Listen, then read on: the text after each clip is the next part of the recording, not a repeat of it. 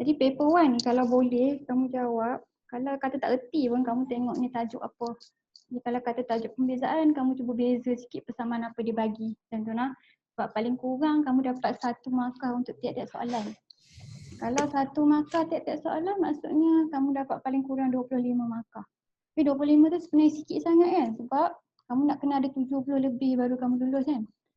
Jadi lagi banyak lagi bagus lah. Tapi paling kurang kamu target 1 markah untuk satu soalan. Okay. Kalau kata kita tak biasa, sebab tu cikgu suruh kamu buat soalan trial. Sebab soalan trial dia kebat sikit. Kalau kamu duk buat soalan analisis topik, kamu tengah buat ikut topik. Jadi kamu tahu nak guna formula apa. Tapi kalau exam kadang dia pusing sikit soalan tu sampai kamu tak sure ni tajuk apa kan. Jadi sebab tu kalau kata soalan, kalau kamu nak prepare untuk SPM ni kamu kena buat soalan trial lah. Jadi kalau kata cikgu bawa bincang kamu 2, kamu boleh cari online lagi soalan. Kalau ada masalah boleh tanya cikgu, macam tu lah cara dia. Cikgu tak sempat nak bincang semua dengan kamu. Sebab masa kita bersama tu tak lama kan. Walaupun cikgu buat 2 kali kelas hari tu pun tak cukup kan. Okay, mari kita start lah. Jadi ada soalan yang cikgu tengok dia jawab sikit, tapi soalan yang orang lain tak jawab dia betul. Jadi maksudnya sebenarnya kamu pandai tapi kamu mungkin tak cukup masa untuk kamu fikir. Tak cukup masa tu sebab tak cukup latihan lah. Okey. Ini nombor 1 ni. Darjah 1 menunjukkan sebuah segitiga ABC. Nyatakan nilai P yang menyebabkan segitiga ABC tidak dapat dibentuk. Apa cara dia? Apa maksud dia kalau segitiga tak dapat dibentuk? Dia tak ada 3 sisi lah. Tak ada 3 bucu tu. Kita tak boleh bentuk segitiga kalau 3 segitiga mesti yang ada 3 titik macam ni kan. Maknanya titik kita yang kiri mesti dia duduk satu garis. Faham? Maknanya kalau satu garis tu dia ada luas tak? Tak ada lah. Tak ada. Jadi luas dia sama dengan kosong. Jadi kalau dia bagi kamu koordinat, kamu nak pakai formula apa nak cari luas? Oh, betul. Tengah modulus tu. Formula yang ini. Pasal ada cara kedua, yang ni Abbas buat betul lah. Pasal Abbas seorang kira betul. Satu lagi cara Ajmal buat betul. Kalau dia satu garis lurus, apa yang sama antara titik-titik ni? Dia punya apa? Kecerunan. Jadi titik ni selari. Jadi kamu boleh cari kecerunan daripada 2 titik ni, nampak tak? Jadi kalau kata kecerunan ni boleh dapat, kecerunan Y ni pun sama sebab dia akan duduk pada satu line. Jadi kamu guna maklumat daripada 2 orang tu untuk dapatkan titik P tu balik. Dia ada 2 cara, kaedah dia bukan satu saja. Jadi kalau exam tu kalau kamu rasa soalan tu berkait dengan apa, kamu try link kan. Tidak dapat dibentuk segitiga tu maksudnya mesti dia garis lurus. Okey. Yang ni kita masukkan dalam formula, masuk ke atas koordinat X ke Y. Koordinat X ke Y masuk ke atas? X. Jadi masuk je ikut. Kalau ambil yang ni, ambil yang negatif 6, 4. Lepas tu P, lepas tu negatif 6 balik. Lepas tu 5, 8, negatif 4, 5 balik. Itulah. Okey. Jadi kalau setengah ni kamu baling sana, boleh tak? Boleh tak? Boleh. Lah. Boleh sebab dia ada modulus. Kamu tak boleh bawa masuk benda dalam modulus tu sampai modulus tu hilang. Boleh? Jadi memang kaedah dia kamu kena pindahkan setengah tu pergi sana. Jadi cikgu rasa siapa buat salah ni Luqman ke? Jadi kamu kena pindah dulu siapa yang kat luar tu, lepas tu kamu buangkan modulus macam tu lah. Jadi kat dalam ni kamu boleh kembangkan dengan careless. Yang ni kita buat macam ni dulu. Dia tak kisah sebenarnya siapa naik siapa yang turun kan. Dia dapat apa tu? Negatif 68. 48. Lepas tu? Tolak 16. 16. Lepas tu? Tambah 5P. Tambah 5P. Tutup kurungan negatif kat luar, lepas tu naik atas pula. 20. 8P. Tambah 8P. Tambah 24 kan? Ya. Okey. Kalau tak hafal CV, picit calculator lah okey. Jadi yang ni buka kurungan kat dalam tu, orang pindah setengah tu, apa jadi kat kosong ni? Tak jadi apa-apa kan? Jadi dia hilang saja macam tu lah. Okey. Jadi yang ni kita tinggal dalam kurungan je. Negatif 48 tolak 16 dapat berapa tu?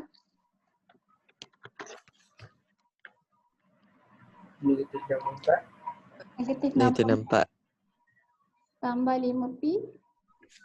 Tolak yang dalam kurungan ada 20 dengan 24 ni jadi berapa? 44 kan?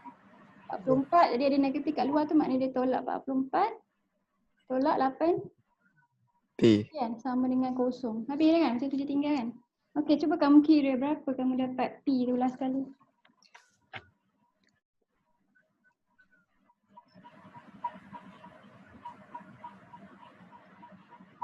Nombor tu dapat 108 kan? Lepas tu P tu dapat negatif. Negatif 3P kan? Jadi dua-dua ada negatif maknanya 36. 36. Dapat positif ke negatif? Positif. Positif ke negatif? Sekejap. Ya ke? Negatif pindah ke positif kan? Yang ni dapat negatif kan? Yang ni negatif 108 kan? Tolak dengan 3P kan? 3P. Jadi 3P jadi positif kan bila kamu pindah kan? Ni negatif dia masih wujud kan? Jadi negatif 108 sama dengan 3P. P sama dengan? Negatif 36. Negatif 36. Jadi logik lah. Jadi kamu tengok gambar ni. Logik lah dia negatif lah sebab dia duduk kat belah sini kan? Okey. Ya. Betul lah? Boleh lah? Jadi kalau kata segitiga tak dapat dibentuk, banyak kali sebenarnya soalan geometri koordinat tanya macam tu. Maksudnya luas dia sama dengan kosong lah. Yang tu senang sekali lah.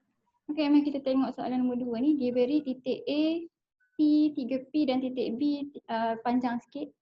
Ungkapkan P dalam sebutan Q jika AB adalah selari dengan paksi Y. Jadi kat sini vektor dia AB. Kamu tak boleh terus ambil vektor A dengan B ni betul kamu campur kan sebab apa?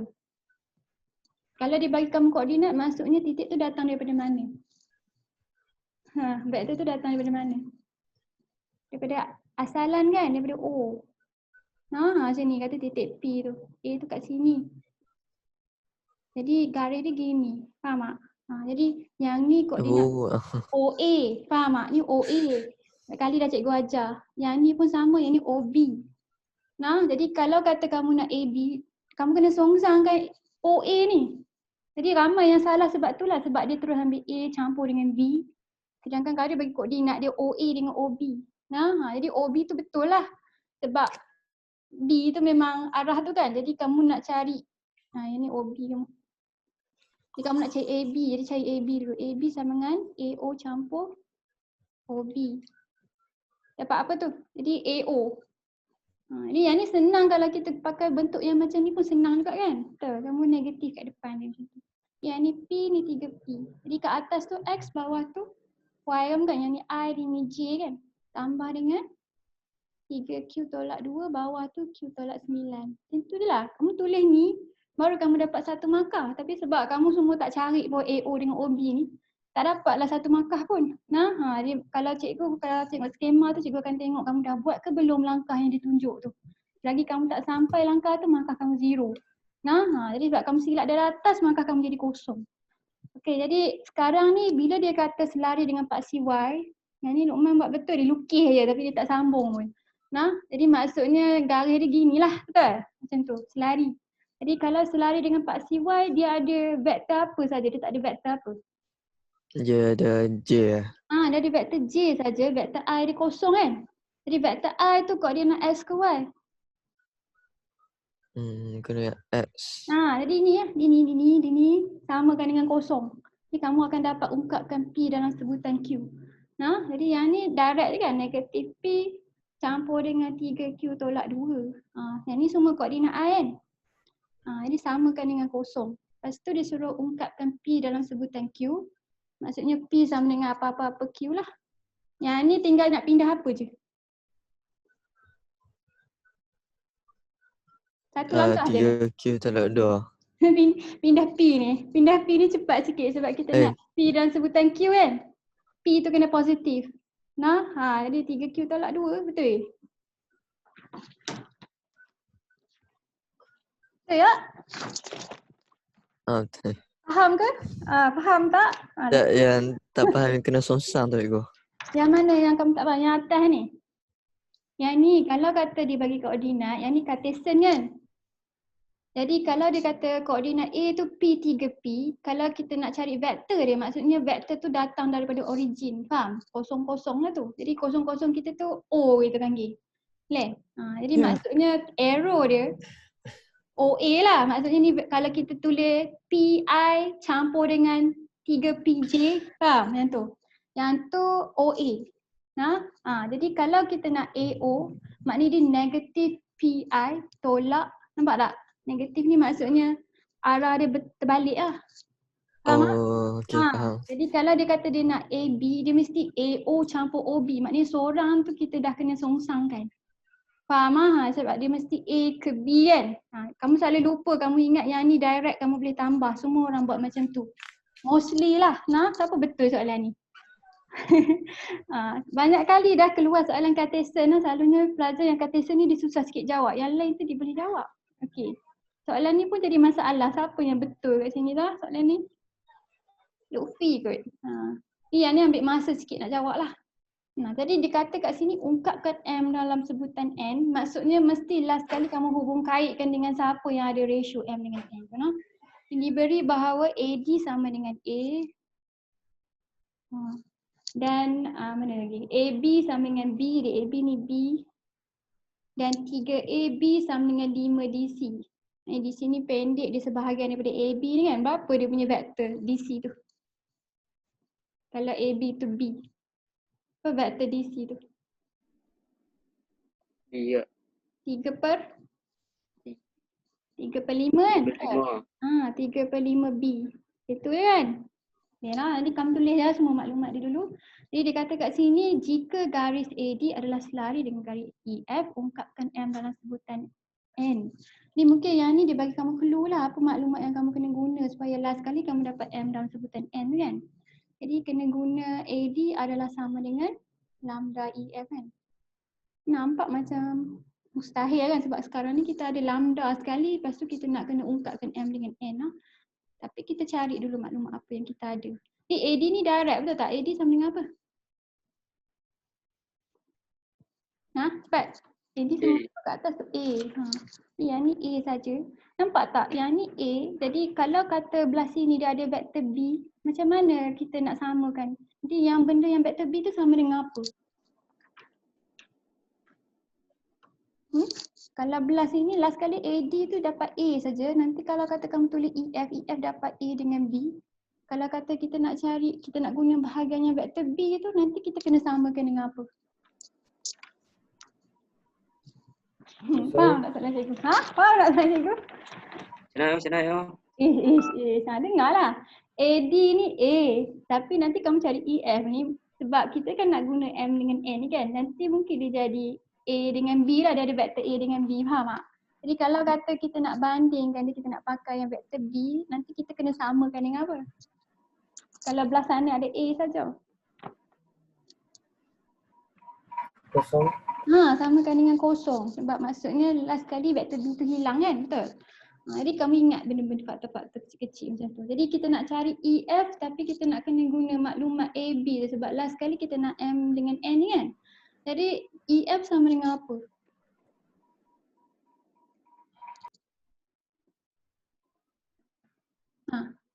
EF sama dengan apa? Dalam huruf dulu. Bukan nak suruh cek jawapan lagi. EF sama dengan lalu vektor mana ke mana? AF, FE. AF? EF. Start dengan E lah. Start dengan E. EA, AF boleh? Boleh? Ya. Ada yang lain? Tak ada kan? Yang tu paling dekat kan?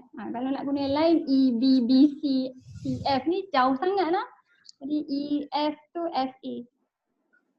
EA, EA campur dengan AF. Gitu. Jadi EA ni kita nak guna line AB ni. Kita dah ada AB ni B kan, betul? Jadi yang ni M, yang ni N. Lepas tu kita ada A, E, B. Okey, jadi kalau cikgu kata kita nak cari EA, jadi kata kita guna AE ni nisbah ni over AB. Sama dengan apa ni? Dalam sebutan M dengan N. M per N. Ya ke? AB sama dengan apa? AB M tambah N. M campur N kan? Jadi kalau kita nak AE saja sama dengan apa?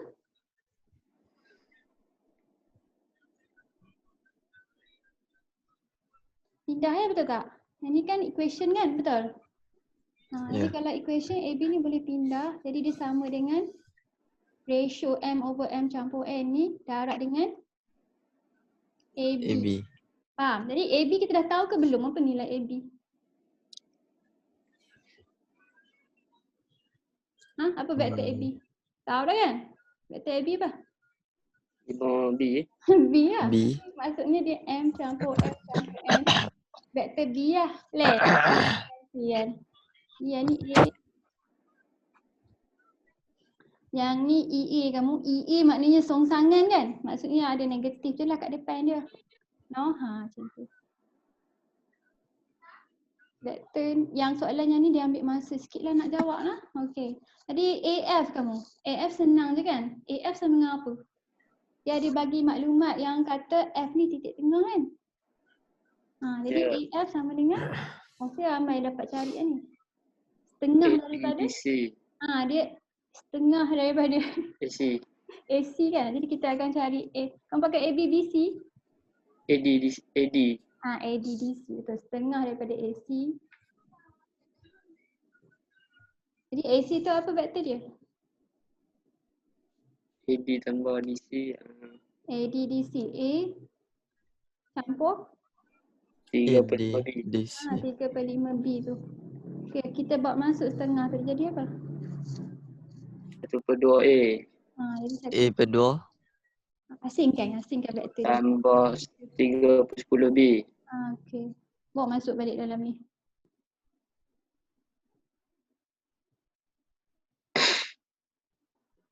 Alright, jadi sekarang ni kita ada lambda kat luar tu tapi dia problem tak kat kita? Tak. Dok kan? Sebab apa? Ingat lambda tu nombor saja. Jadi kalau kata kita nak ambil vektor ni kita boleh ambil vektor B lah sebab last kali kita nak M dengan N kan?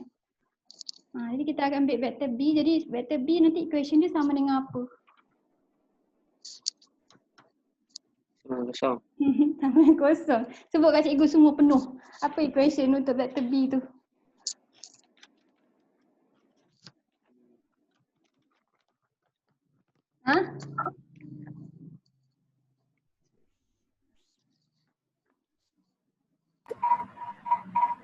Negatif Negatif M over M tambah N tambah tambah 3/10 3/10.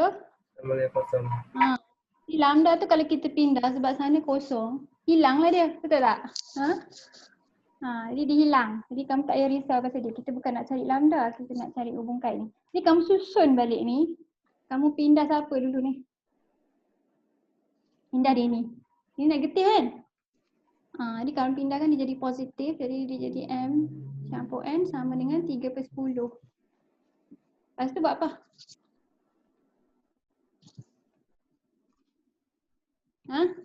Darab silang.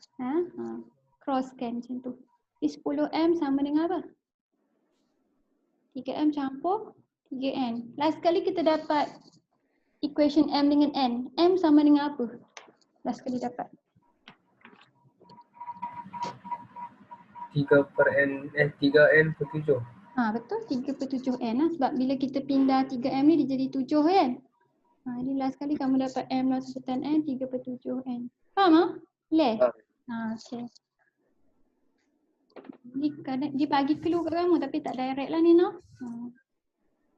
Okay. Yang ni cikgu dah tengok ramai yang fikir soalan tu dia buat susah sangat. Okay. Ya ke Hamil kita tengok. Sebutan ketiga janjang yang mempunyai tiga sebagai sebutan pertama bagi dua janjang geometri yang berlainan. Yang ni janjang geometri ni maknanya dia darab dengan R untuk dapat sebutan yang seterusnya kan. Okey. Jadi kata kita ada dua kat sini. Satu yang kepala dia start dengan 3, satu yang dia punya T1 dia 4. Jadi kalau sebutan kedua dia kita akan darab dengan R, betul tak? Jadi dia akan jadi apa sebutan kedua dia? 3R. Jadi yang ni pun sama, yang ni 3R. Yang ni kalau darab dengan R dia akan jadi 4R. Jadi kat sini dia kata R ni sama kan. Jadi kita pakai simbol sama maknanya dia darab dengan nombor yang sama. Tapi dia start dengan nombor yang berbeza-beza kan. Jadi macam tu lah kalau kita darab yang ni dengan R sekali lagi dia jadi apa? 3R kuasa 2. Kuasa 2. 3R kuasa 2. Ni pun sama, dia akan jadi 4R kuasa 2 kan. Jadi macam itulah rupa pola dia noh. Jadi dia kata satu lagi maklumat, sebutan ketiga janjang yang mempunyai 3 sebagai sebutan pertama, itu cakap pasal dia ni, adalah sama dengan hasil tambah 2 sebutan pertama janjang satu lagi. Jadi sebutan ketiga untuk siri yang pertama ni berapa? 3R2. Kuasa 2. 3R kuasa 2. Kan? Okey. So dia kata sama dengan hasil tambah 2 sebutan pertama. Hasil tambah 2 sebutan pertama tu yang T1 campur dengan T2. T2 kan. Kamu tengok kat sini, kamu guna yang ni saja, tak payah masuk dalam formula. 4R. Jadi 4 campur dengan 4R. Lepas tu kita buat apa? QN. Pindah. Pindah EQN saja. Left. Oh. Faham? Dia Dia kata kamu kena fleksibel sikit otak tu. Dia tak boleh jadi fleksibel kalau tak cukup kamu guna. Janjang ni tajuk yang kamu kena buka sikit minda. Jadi cuba picit calculator kamu EQN dapat apa tu? 2 dengan negatif 2/3. Dia jangan lupa tulis yang ni. R tolak 2 dengan 3R 2/3 tadi. Tambah 3 tambah 2 2. lah. Gitu kan. Jadi dia nak R yang positif je kan. Jadi yang ni je lah. Ya. Jadi R sama dengan 2. pergi pakai SN tu lambat. Jadi dia tak semestinya pakai SN. Kalau dia kata S2, kamu tengoklah kamu punya pola tu S2 tu T1 campur T2, kamu kena fikir sikit. Sama dengan soalan bawah ni. Mari kita tengok. Dia diberi hasil tambah N sebutan pertama bagi suatu janjang aritmetik adalah 5N tolak N kuasa 2. Jadi dia kata hasil tambah N sebutan pertama. Jadi yang ni dia bagi kamu SN punya formula lah, betul? Jadi hasil tambah jadi SN. Cari sebutan ke N campur 1. Jadi yang ni dia nak TN. Tapi dia nak TN campur 1. Dia ada 2 kaedah. Saya rasa korang buat kaedah tu betul. Tapi kaedah yang kamu guna tu terlalu susah. Faham tak? Kamu cari D, kamu cari dia punya D dengan dia punya A asing semua kan? Betul? Dia ada cara lagi mudah. Kamu kena ingat SN ni apalah. Faham? Jadi katakan S2. S2 tu sama dengan T1 campur T2 kan? Gitu kan? Jadi kalau kata kita nak cari balik, kalau kita ada kata dia bagi S3, macam mana kita nak cari T3 daripada formula S tu? Macam ni. Macam mana kita nak dapat T3 sahaja? Kita kena ambil S3 tolak dengan apa? S2. S2.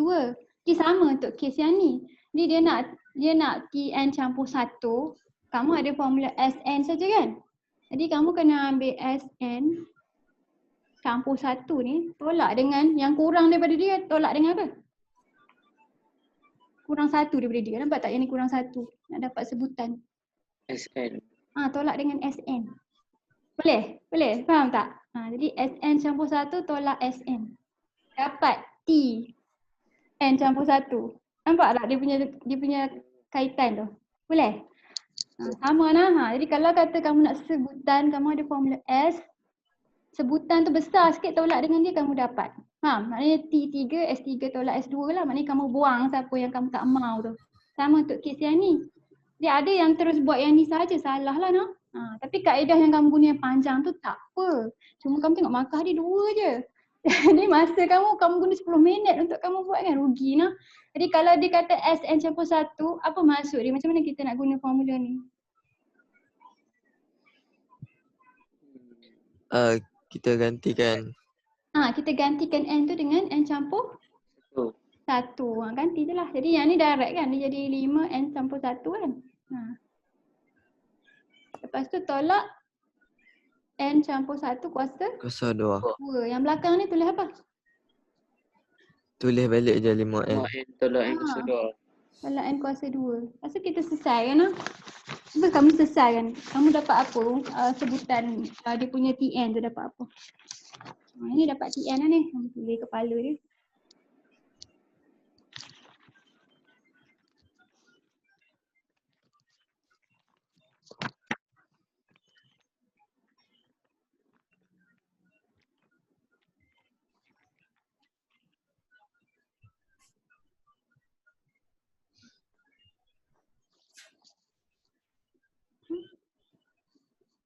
4 tolak 2N.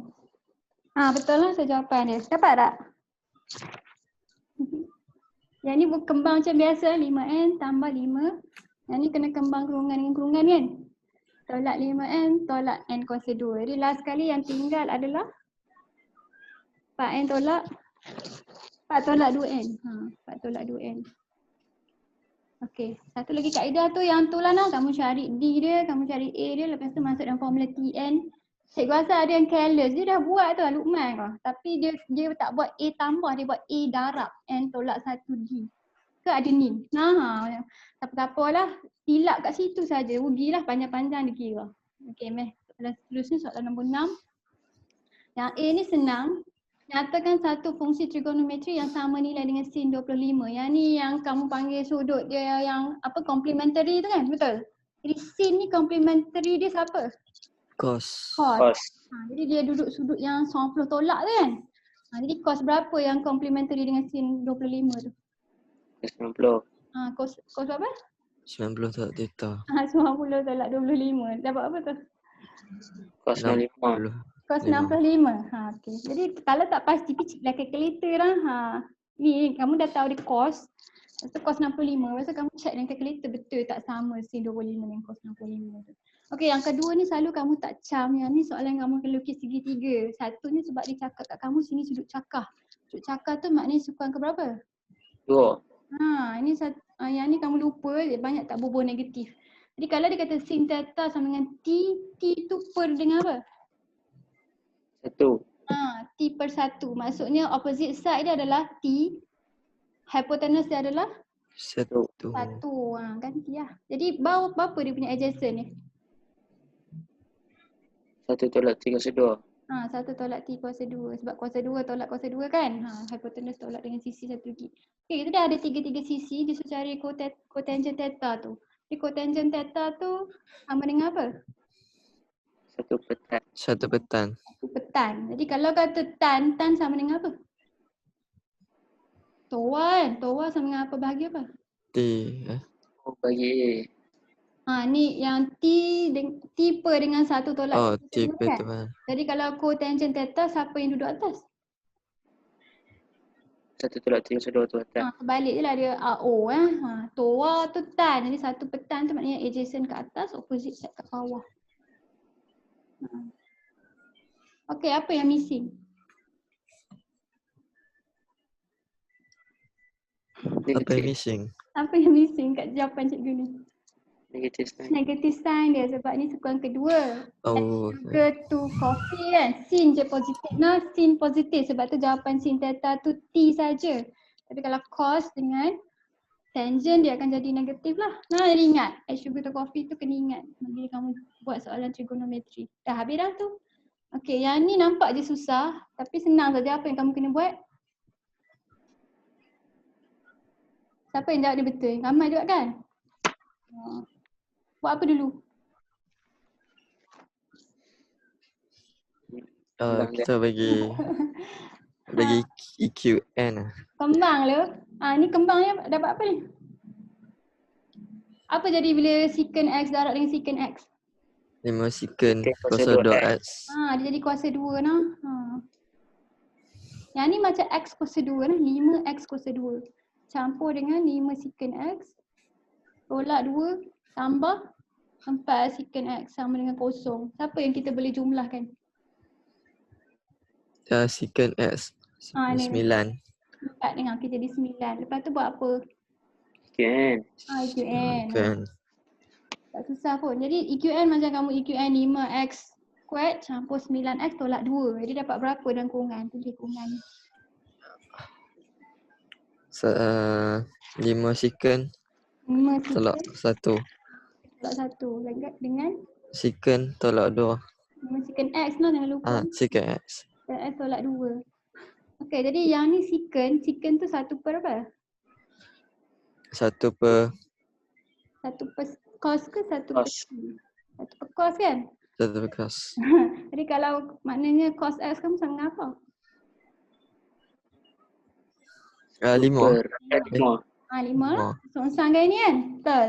Jadi kalau yang 5 dia besar kan. Kalau kita shift cos ni dapat apa? Make error. Make error. Jadi yang ni jawapan yang kita tak payah tulis lah. Faham lah. Jadi kita nak ambil jawapan belah sini saja. Yang ni jadi. Jadi yang ni secant X sama dengan 2. 2 kan negatif 2. 1/2. Yang ni bukan tambah. 2. Tambah lah. Bukan tambah. Negatif. Negatif kan? Macam ni kan? Betul? Ya. Okey. Jadi kamu kalau kita buat cos X jadi apa? Negatif 1/2. Nampak tak? Kalau kecil daripada 1, cos kamu ada jawapan lah. Jadi shift cos ni. Shift cos jangan buang negatif dulu. Sebab kita cari alpha dulu. Negatif ni nak menentukan sekuan yang mana satu. Boleh? Faham lah? Jadi apa nilai kamu yang sudut rujukan kamu? 60. 60. Okey. Jadi sekarang ni cos kamu negatif dan sekuan yang keberapa? Add sugar to coffee. Yang kamu sebut tu yang positif lah. Maknanya cos kamu negatif dan sekuan yang 1. 2, 3. satu semua positif. All. 2, 3. Ni. Yang ni dengan yang ni. Betul? Add sugar to coffee. Cos hanya positif dalam sekuan pertama dengan keempat. Ataupun apa-apa yang kamu guna. Dia nak negatif kan? Jadi dia nak negatif. Jadi X kamu sama dengan apa? Saya nak dapat jawapan sekuan kedua. 180. 180. Tolak 60. Tolak. Dapat apa? 120. Okey, yang sekuan ketiga berapa jawapan dia? 240. 240 tu 180 campur dengan 60 nah. Ingatlah yang ni sudut tirus. Itu jawapan alfa tu kalau kita sekuan pertama, sekuan kedua ni 180 tolak. Sekuan ketiga ni 180 tambah. Yang sekuan keempat ni 360 tolak dengan alfa lah. Okey. Mai jawab soalan ni pula. Ni yang ni siapa betul tak?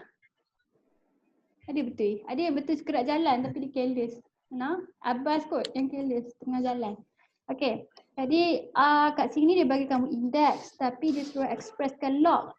Jadi first kali apa yang logiknya kamu kena buat? Yang ni 5/2 kan? 4/2 ni. First kali apa yang logiknya kamu kena buat? Pisahkan. Pisah kan? Betul, pisah. Tapi kamu nampak tak kepala dia P? Kalau kita tukar ni jadi log, dia akan jadi log apa? Log P2. P lah, log P ya. Jadi ingatlah asas indeks sama dengan asas log kan? Jadi asas indeks ni adalah P.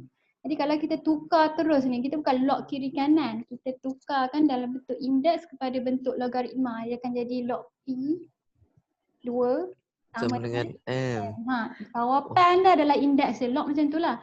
Macam dia dah bagi tahu kamu jawapan bagi kuasa tu. Tapi apa kuasa yang menyebabkan jawapan tu jadi 2. Itu maksud log tu lah. Jadi log P5 sama dengan N kan. Jadi kamu ada log P dengan log P. Tapi tak padan. Bawah ni nampak tak ada log 4P. Jadi kamu kena buat apa? Buat log punya hati. Kamu kena tukarkan log 4P tu jadi log P. Boleh? Jadi yang ni kamu asingkan dulu ke kamu tukar asas dulu? Asing dulu. Asing dulu senang. Kalau asing bahagi dia jadi apa? Tolak. Tolak Kamu tak dapat markah ke tak masa kamu asing ni? Kamu dapat markah hanya lepas kamu dah tukarkan dia jadi log P lah. Okey, jadi sekarang ni bila kita nak tukar asas, nombor mana yang kita letak atas, mana yang letak bawah? Yang kanan atas. Yang ni atas yang besar ni atas, yang asas dia yang asal tu kat bawah. Jadi log P5 over log P 4P kan. Lepas tu yang ni log P2. Jadi dah nampak dah kat mana nak kena ganti, betul tak? Okey, satu lagi. Yang ni 4P kan? 4P tu maksudnya 4 darab dengan P. Betul? Kalau 4 darab dengan P, kalau kita guna kita punya hukum indeks dan logaritma, dia jadi apa? 4 darab P. Dia jadi apa? Dia jadi tambah. Jadi dekat bawah tu sebenarnya log P4 campur log PP. Boleh? Jadi samakan dua orang ni kan? Jadi kita boleh samakan penyebut kan? Betul tak? Okay. Jadi log P5 tolak, sekejap lagi kita tukar semua orang. Apa dengan log P4 tambah dengan log PP. Jadi log PP ni satu. Ada yang silap dia potong tapi dia tak tulis satu tu balik. Dia bukan potong hilang. Dia potong tempat tu ada satu. Nah, ini Ajmal kot buat silap ni. Ni log P5 ganti dengan apa? N. N. N tolak M per log P4 tu apa? Log P2 kuasa 2 kan? 2 kuasa 2. Jadi kita dapat apa tu? 2. 2M. Betul? 2M. 2M Jadi kuasa tu kena pindah depan tu baru boleh ganti dia nilai tu. No? So 2M tolak tambah 1. 2M campur 1. Habis dah? Habis. Habis lah. Sebab dia. Okay. Jadi kita dah ungkapkan dalam sebutan M dengan N . Boleh Okay. Jadi 2M 2 kuasa 2M 2 kuasa 2P tolak MP sama dengan 6. Nah, tolak 6 sama dengan kosong. First kita buat apa? Kita buang benda yang menyusah kita. Kita nampak macam dia bentuk macam kuadratik kan, betul tak? Nampak tak dia macam kuadratik? Sebab dia ada kuasa 2 sini kan? Jadi kamu ganti dulu M kuasa P tu kita kata samakan dengan satu kata X ke supaya kamu senang sikit nak selesaikan soalan ni. Jadi dia akan jadi apa kat sini kalau MP tu X? M kuasa P tu X. Jadi dia akan jadi apa bila kita dah ganti X tu? X kuasa 2. 2 tu hilang tak? Tak. Tak kan? Jadi 2X kuasa 2 betul? Okay. Betul. Ni jadi apa? Tolak X kuasa X saja. Tolak 6. Boleh selesai ni? Boleh lah kamu ikut N kan? Ikut N kan dapat apa?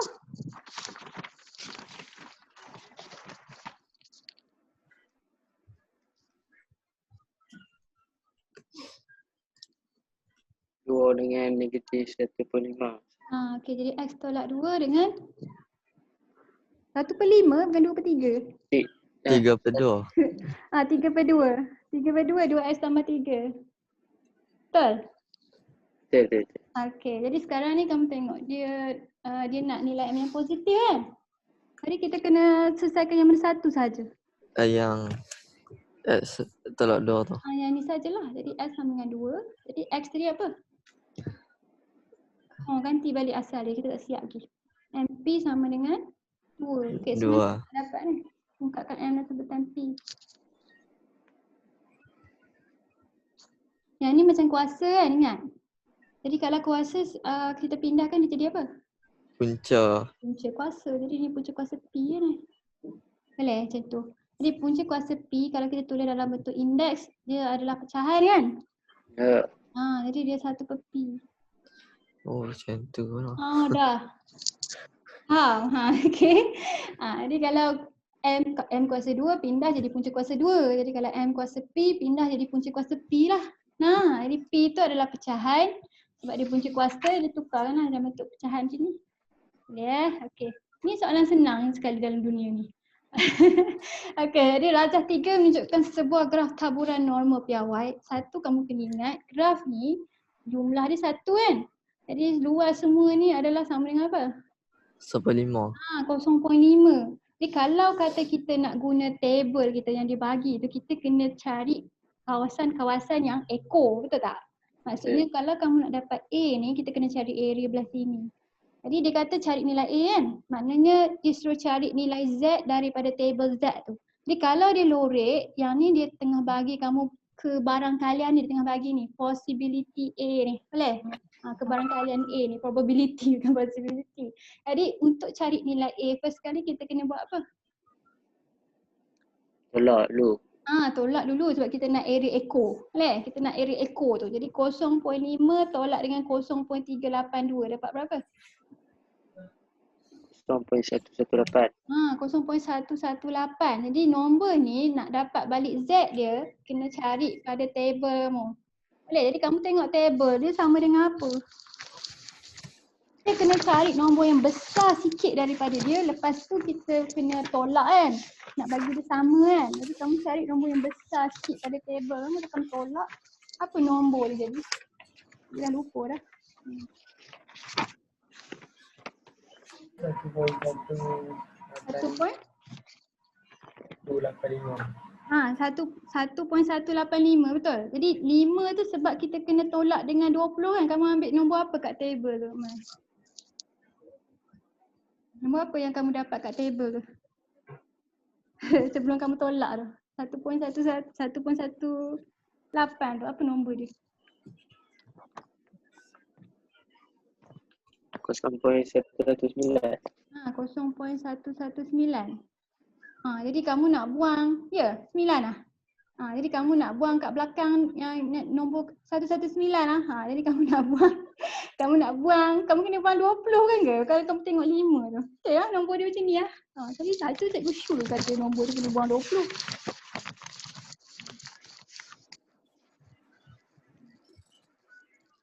Sekarang cikgu tak ada table lah dengan cikgu. Kamu faham ke sekarang ni macam mana nak cari? Boleh ke? Dapat ke? Ada ni, kamu ada ke kertas tu dengan kamu? Ada. Jumpa tak nombor tu? Kenapa kena ambil 1.185? Sekejap ya. Kamu dapat besar, jadi kita nak kena tolak daripada nombor tu 20. Betul 5 tu kolom 20. Betul? Tak silap cikgu lah. Cikgu ada tulis kat siapa punya jawapan, bukan Hakim punya ke? Sebab Hakim tengok 5 tu kolom 10 Eko. Kolom 10. Dia tolak 10 Eko. Tolak 10. Okey, cikgu salah tengok tu. Okey. Jadi jawapan dia daripada table lah, tulis lah. Kamu ambil dari table Z tu. 1.185 lah. Jadi ni jawapan dia lah. Okey, jadi yang B ni dia dah bagi kamu, dia suruh cari luas. Kalau kata dia suruh cari kebarangkalan, maknanya dia suruh cari luas lah. Sebenarnya soalan B ni lagi senang. Jadi kamu lukis dulu berupa graf ni. Kalau A tu negatif, maknanya dia akan duduk kat bahagian yang negatif kan? Sini kan? Lepas tu dia lebih besar, maknanya kamu lorek kan? Jadi dia suruh cari ni lah. Faham tak? Jadi tadi tu A. Jadi kalau dia duduk kat negatif A, dia simetri kan? Sama ni kan? Ya. Berapa nilai luas dia kalau kat belah sini? Belah sini berapa? Tambah dengan 0.382. Ni 0.382. Lepas tu kena tambah dengan 0.5. 82. 5. Tambah dua-dua orang ni. Sebab belah sini dia lorek semua kan? Jadi maknanya belah sini 0.5 lah. Jadi kalau negatif A tu luasnya sama je dengan A tu. Jadi 0.382 ni campur dengan 0.5 dapat berapa? 0.882. 0.882. Dah tu lah jawapan dia. Lukis. Ingatlah probability ni maksudnya nak cari luas. Kalau dia suruh cari A pada paksa ni, dia suruh cari nilai-nilai Z. Okey. Nak tengok soalan apa dah ni? 38. Ni soalan fungsi. Yang ni salah kalau kamu careless je, ramai yang betul. Jadi dia kata FG sama dengan GF kan? Jadi kita masuk je lah. Jadi FG maksudnya G masuk dalam F. Kalau GF tu maknanya F masuk dengan G. F masuk dalam G. Jadi kalau FG ni, G kamu apa? Ni kan? Jadi yang ni akan masuk dalam equation F tu. Dia jadi apa? Dia akan ganti kat tempat siapa? Tempat X. Tempat X tu kan? Jadi dia akan jadi 2 darab 3K tolak setengah X kan? Tolak H kan? Betul? Ini FG kan? Ya. Right. Jadi kalau GF tu maksudnya F ni akan masuk dalam G kan? Dia akan duduk kat tempat X ni juga. Jadi 3K tolak setengah 2X tolak H kan? Yang ni kamu akan selesaikan. Apa jadi kat X dua orang ni? Hilang. Hilang kan? Sebab sini darab 2 dia jadi negatif X. Sini darab 2 dia jadi negatif X juga. Kalau kita pindah ni pergi sana dia jadi tolak X tambah X kan? X hilang. Yeah. Yang lain ni kamu selesai. Ni kamu selesai sendiri lah. Sebab ramai yang betul kan? Jadi last kali kita akan dapat K sama dengan Setengah H. H per 2 lah betul. K sama dengan setengah H. Yalah, pindah elok-elok yang ni senang.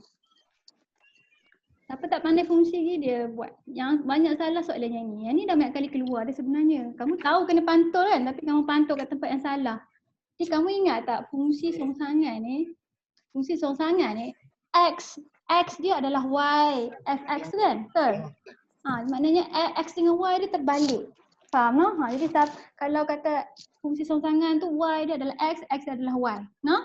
Jadi first kali kamu kena buat line Y sama dengan X. Macam mana nak buat line Y sama dengan X tu?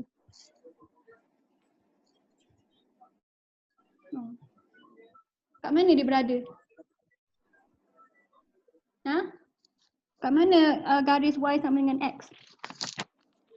Maknanya koordinat X dengan Y dia sama kan? Itu maksudnya Y sama dengan X kan? Maknanya kat tempat 2, 2 ni, 4, 4 ni, 6, 6 ni. Jadi kamu tarik je lah. Mana?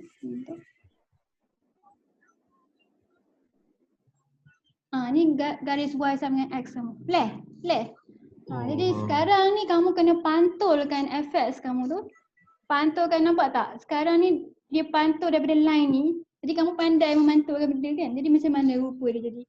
Jadi kalau kata susah kamu kena tanda sikit titik. Tadi cikgu kata kamu kan fungsi songsangan ni X dia jadi Y, Y dia jadi X kan?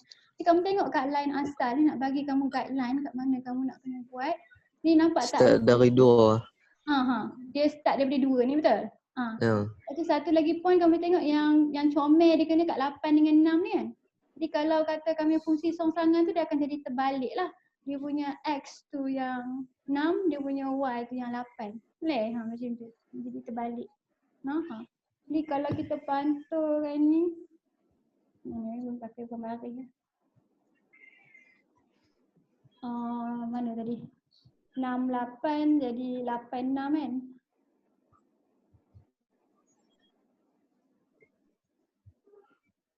Sini. Betul? Ke atas nak? Kurang lah. Tu 6, 8 ni, titik ni. No? Padan kan? Dia terbalik kan dengan ni. Betul kan? Okey. Siapa yang betul ni? Abbas betul lah soalan ni. Nampak tak dia terpantul? Kalau kamu susah melipat ke atas tu kamu pantul kan? Kamu tengok dia punya bayang-bayang tu duduk mana. Dia mesti pantul macam mirror kan daripada line ni, no? Macam tu, no? Okey, jadi sekarang, kan daripada line ni. Daripada line ni. Yang ni Y sama dengan L semua. Okey, jadi dah jawab ni, yang ni satu markah. Ingatlah, lepas ni kalau jumpa lagi soalan ni dah berapa kali keluar dah dalam exam, dia suruh kamu pantulkan. Okey, lepas tu dia tanya kamu bila F ni sama dengan F songsangan ni, kamu tengok graf kamu. X 4. 4 ni dua-dua sama titik kan? Jadi maksudnya waktu L sama dengan 4.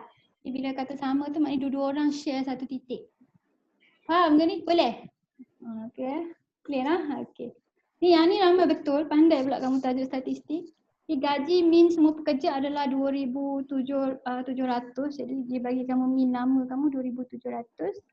Apabila seorang pekerja baru dengan gaji 3,350 menyertai syarikat itu, min gaji baru semua pekerja meningkat sebanyak 50. Jadi X bar baru kamu sama dengan 2,750. Lepas tu berapakah bilangan pekerja syarikat sekarang? Masalahnya kamu cari N campur 1 kan? Tapi last kali kamu tak tambah 1. Dia kata syarikat sekarang. Jadi kamu dah cari N, lepas tu kamu berhenti. Cikgu rasa majoriti jawab macam tu. Jadi N campur 1 tu yang jawapan ni 13. Okey, jadi kalau kata kita nak cari X bar baru tu, dia adalah sama dengan sigma X yang lama tu campur dengan gaji orang baru ni kan, betul? 3,350 per dengan jumlah pekerja lama campur dengan tambah seorang tu, jadi dapat min baru tu 2,750. Lepas tu macam mana kamu cari S bar ni? Sigma X ni. Sigma X ni sama dengan apa? Jadi kamu cari yang tu. S bar sama dengan sigma S over N kan? Betul? Yang ni 2,700 asal-asal kan? Jadi dia darat dengan N sama dengan sigma X. Bukan kamu buat macam tu hari ni? Saya buat soalan lain. Okey, jadi 2,700 N campur 3,350 sama dengan yang ni bila darat sana dia jadi 2,750 N campur 2,750 kan. Jadi kamu dot last kali kamu dapat N kamu sama dengan 12. Jadi N tu ingatlah N ni adalah bilangan pekerja yang lama, betul? Jadi bila kamu nak cek yang baru maknanya tambah 1 lah. Jadi jawapan dia 13 lah. Sama. Okey, dia dapat 3 markah. Okay, yang ni soalan atas ni soalan trick question je lah. Tengok markah dia padan lah sebab markah dia satu saja. Jadi kalau kita beza pada titik yang sama, kamu ingat lah bila kita kamir, kita dapat luas bawah graf. Tapi kita mesti kamir daripada dua titik yang berbeza kan. Jadi kalau kita kamir pada satu titik saja, ada luas tak? Tak ada lah, Tak kosong. ada luas lah, jadi jawapan dia direct lah, jawapan dia kosong. Yang bawah ni, boleh? Yang bawah ni, kamu kena kamir lah nah. Sebab dia kata, kamiran yang ni sama dengan 4K. Last sekali kamu nak cek nilai K, jadi tak boleh nak buat apa-apa yang tak boleh escape, kamu kena kamir benda panjang-panjang ni, lepas tu masuk nilai KK. Nah, dalam 22K kan, jadi macam lihat sikit lah kamu nak buat, nak dapat 2 markah kan. Jadi tak apa, kamu isikan letak 2 ni kat luar. Jadi JS kamu 4X kuasa 2 campur 8X tolak 2. Yang ni sama dengan 4K kan. Jadi kamil elok. Okay, dapat apa tu? Dah kamil jadi apa? 4/3 X kuasa 3. X kuasa 3/3. Campur? Dapat X kuasa 2/2.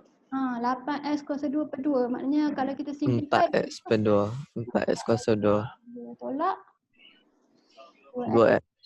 Ini masuk, ini hak atas, ini hak bawah. Ini senang careless. Jadi masukkan K tu, lepas tu ini ada 2 kat luar.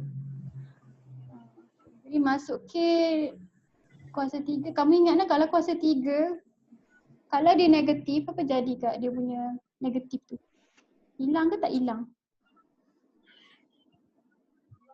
Hilang. Kuasa 3. Kuasa 3 tak?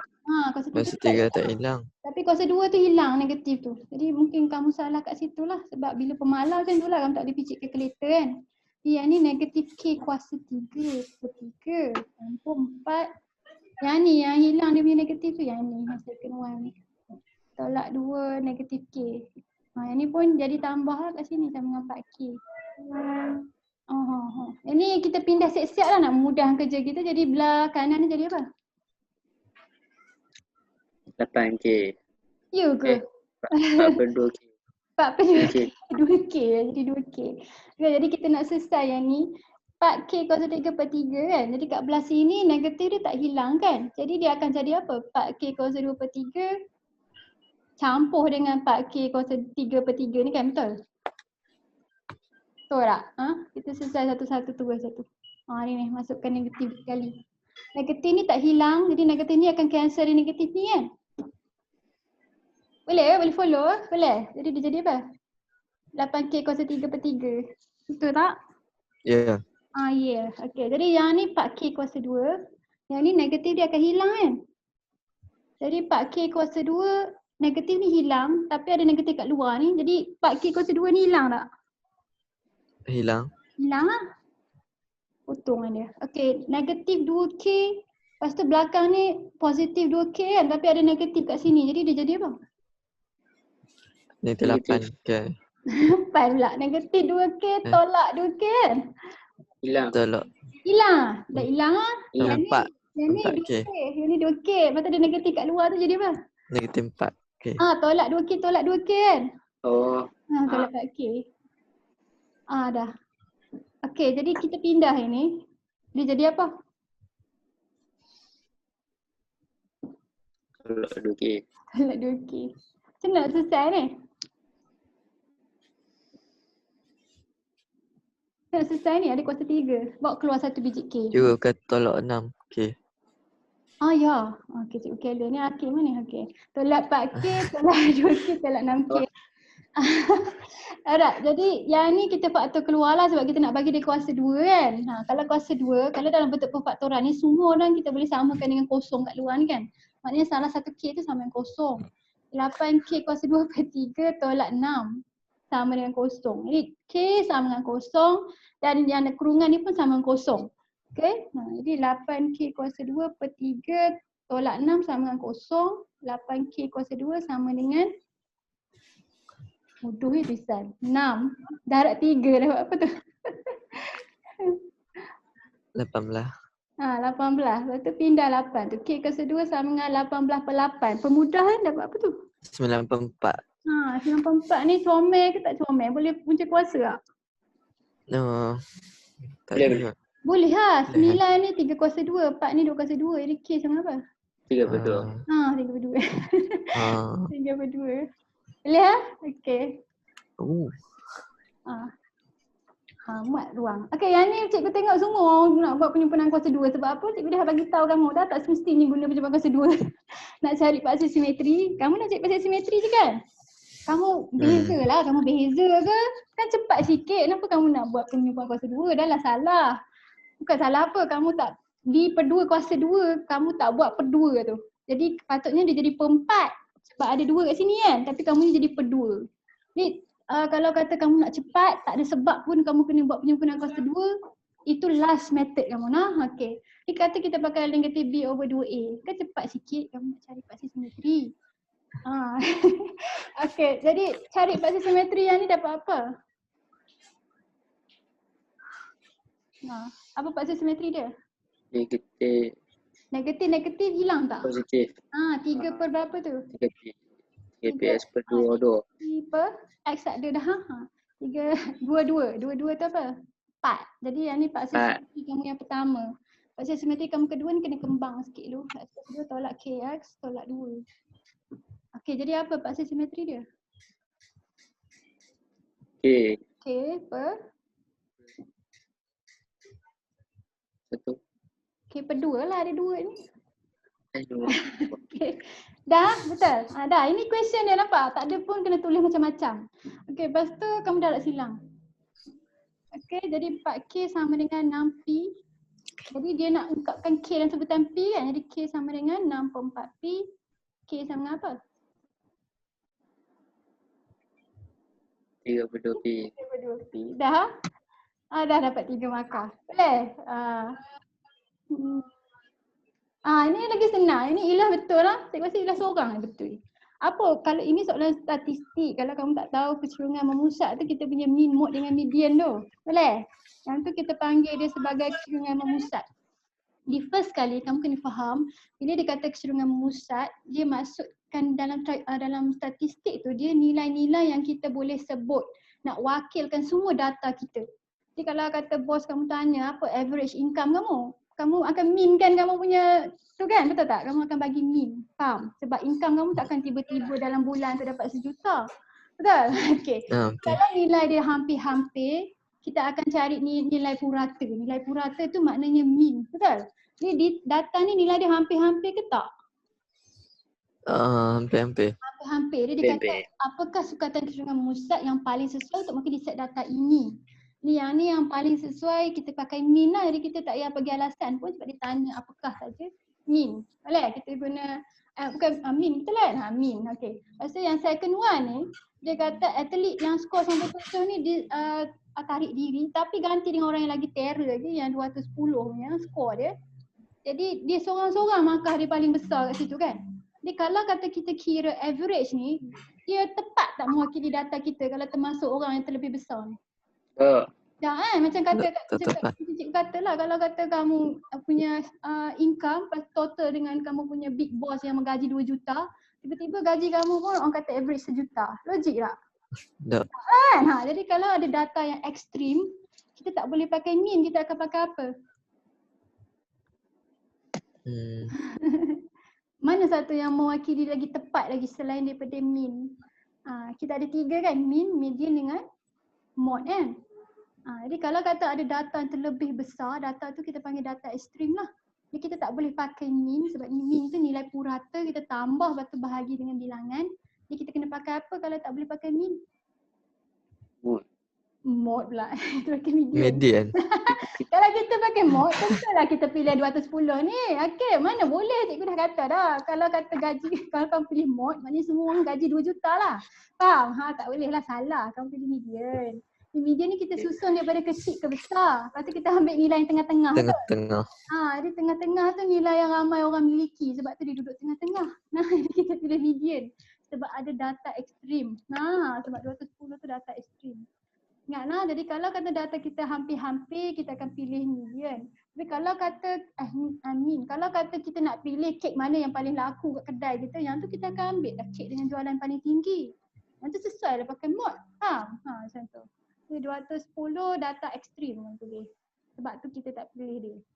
Sebab itu kita pakai median. Itu jawapan dia nak bagi kamu 2 markah. Okey, itu je lah. Yang ni faham tak? Okey. Yang ni, okey ni Ilyas dah masuk dah. Okey, diberi persamaan U kuasa 2V. Kamu kalau tengok minimum ni mesti tinggal soalan. Kita tengok yang jawab soalan ni sikit saja. Okey, jadi kalau dia kata cari nilai U dan V apabila F adalah minimum, maksudnya kita kena beza persamaan yang F ni kan, betul? Mesti DF sebab dia kata F yang minimum. Tapi sekarang ni masalah ni kita tak boleh beza dia. Sebab apa tak boleh beza dalam keadaan dia macam ni? Ada 2. Sebab ada 2 pun boleh ubah. Macam mana kamu nak tukarkan jadi 1 boleh ubah?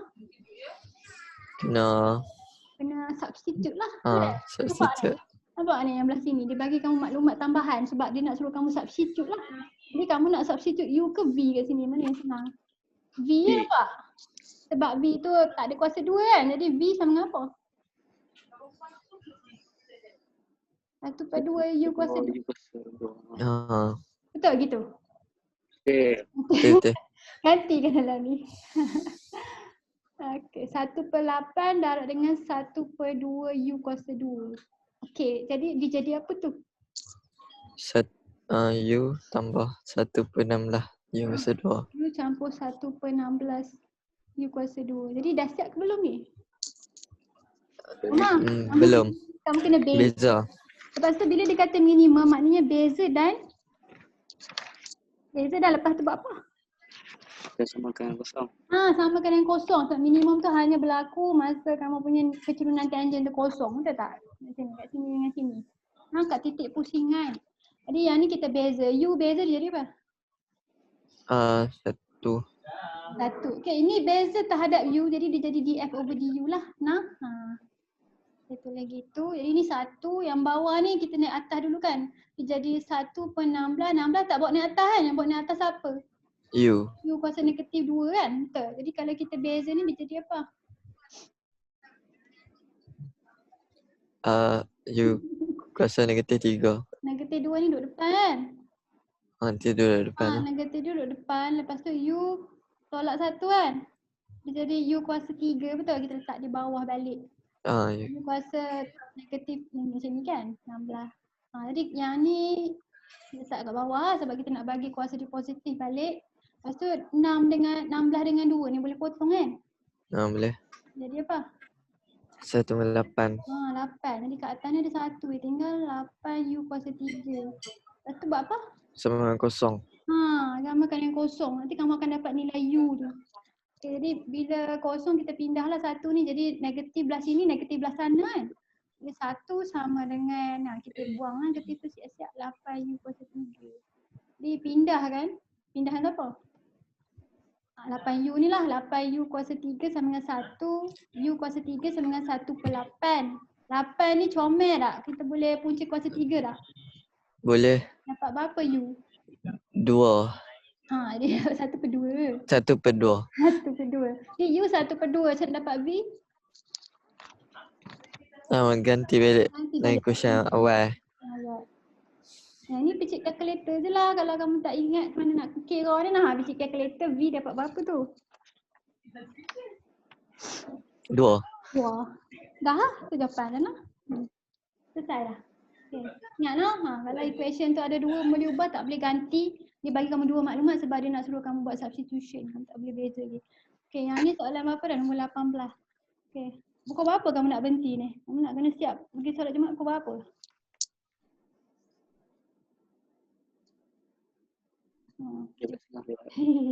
Alright, 12.30 dah. Okay, kalau kamu nampak soalan geometri koordinat ni, lebih kurang lah soalan geometri koordinat lah. Tak, fungsi kuadratik kita buat paksi X dengan Y lah kalau dia bagi kamu soalan macam ni lah.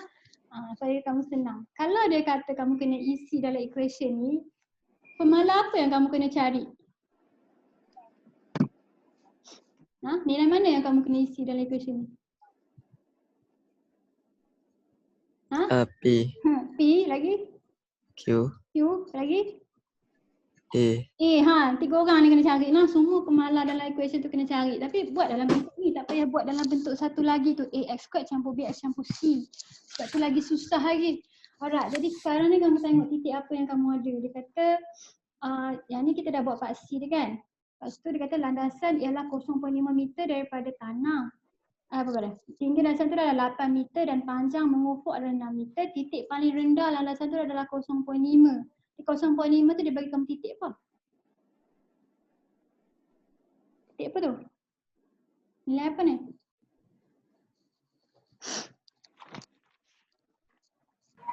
Nilai minimum. Nilai minimum dekat sini. Nilai minimum ni. Tapi kamu tengok 6 kat atas ni, kamu nampak tak dia sama tinggi kat sini kan? Jadi macam mana kamu nak dapat paksi simetri tu? Saya nak dapat paksi simetri tu dalam mulut nganggur tu 6. Bahagi 2 je. Okay, jadi kamu punya paksi simetri tu X sama dengan 3. Lepas tu kamu yang titik minimum bawah ni Y tu sama dengan 0.5. Okay, dalam huruf-huruf ni siapa yang kena ganti dengan 0.5? Q. Okay, Q ni nilai minimum kan? Ingat lah dalam ni paksi simetri. Ni kamu tengok ni. X sama dengan 3. Jadi kalau kita ganti dalam kurungan ni kita kena tulis apa? Kita kena undur kan? Sebab yang masuk dalam kurungan tu rupa dia macam ni kan? Yang ni kan? Jadi maksudnya P kita tu negatif 3. Boleh? Okay, sebab X tolak 3 sama dengan 0. X sama dengan 3 kan? Jadi dalam kurungan ni X tolak P lah. Okay. Jadi sekarang ni kamu dah ada ke semua huruf? Belum kan? Kamu tak ada huruf apa lagi? A. Macam nak cari A tu? Dah A tu. Titik apa yang kamu boleh guna untuk cari A? Titik apa?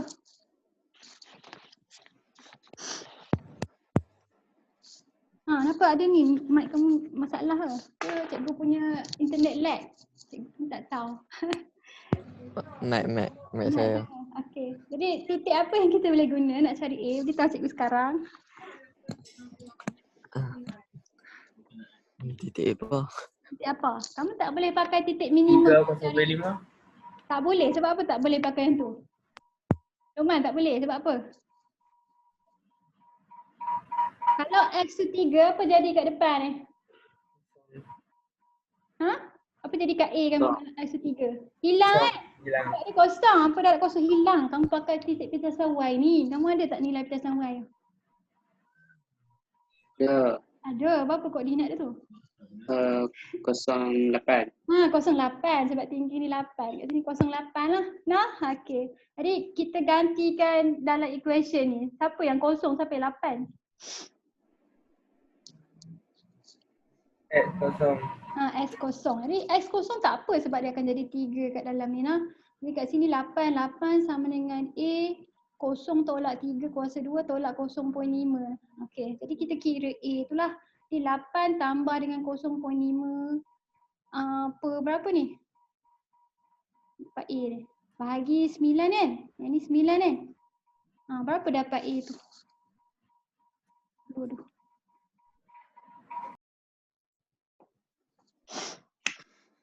Apa A?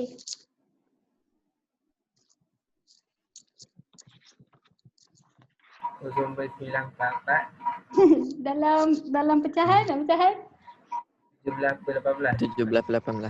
Ya ke? Simbol 0.5 ditambah.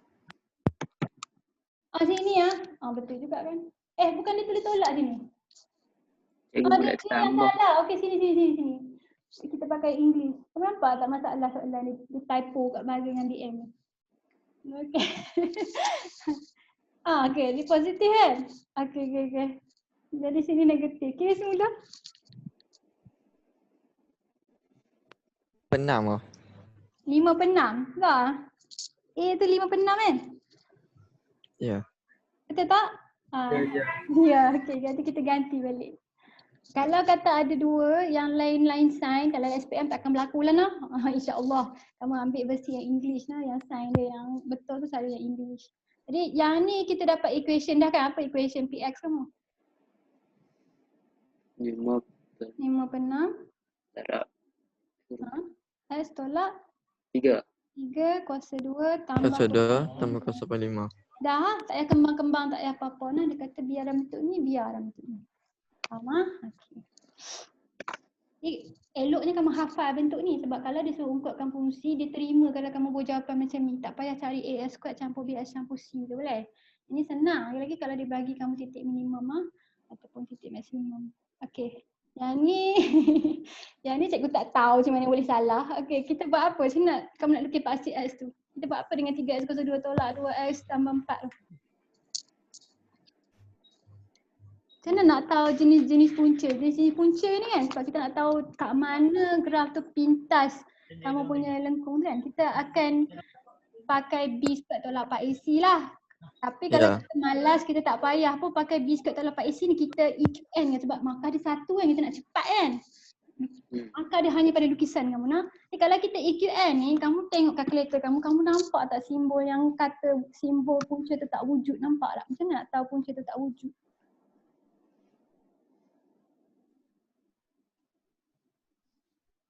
Nampak tak dia tulis simbol RI tu? Maksudnya kamu punya roots tu adalah nilai-nilai atas kanan.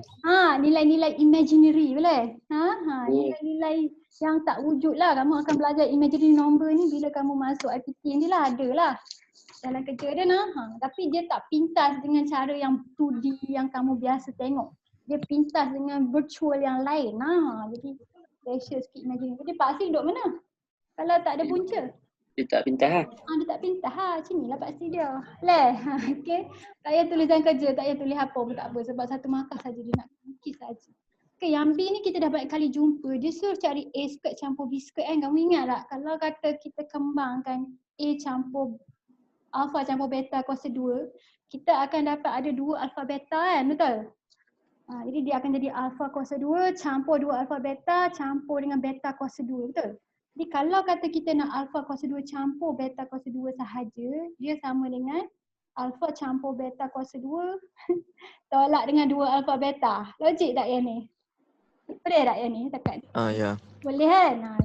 Tapi tak faham tu dia kembang. Kita tak boleh dapat terus yang ni sebab dengan maklumat kita ada, kita hanya dapat yang ni daripada HTP, HDP tu kan. Jadi yang ni HTP kamu apa? Ingat S squared tolak HTPS campur HTP kan. Jadi nampak tak ada negative sign ni? Jadi HTP kamu apa? Negatif 2 tolak K. Negatif 2 tolak K. Kembang lah ni. Jadi apa? 2 tambah K kan?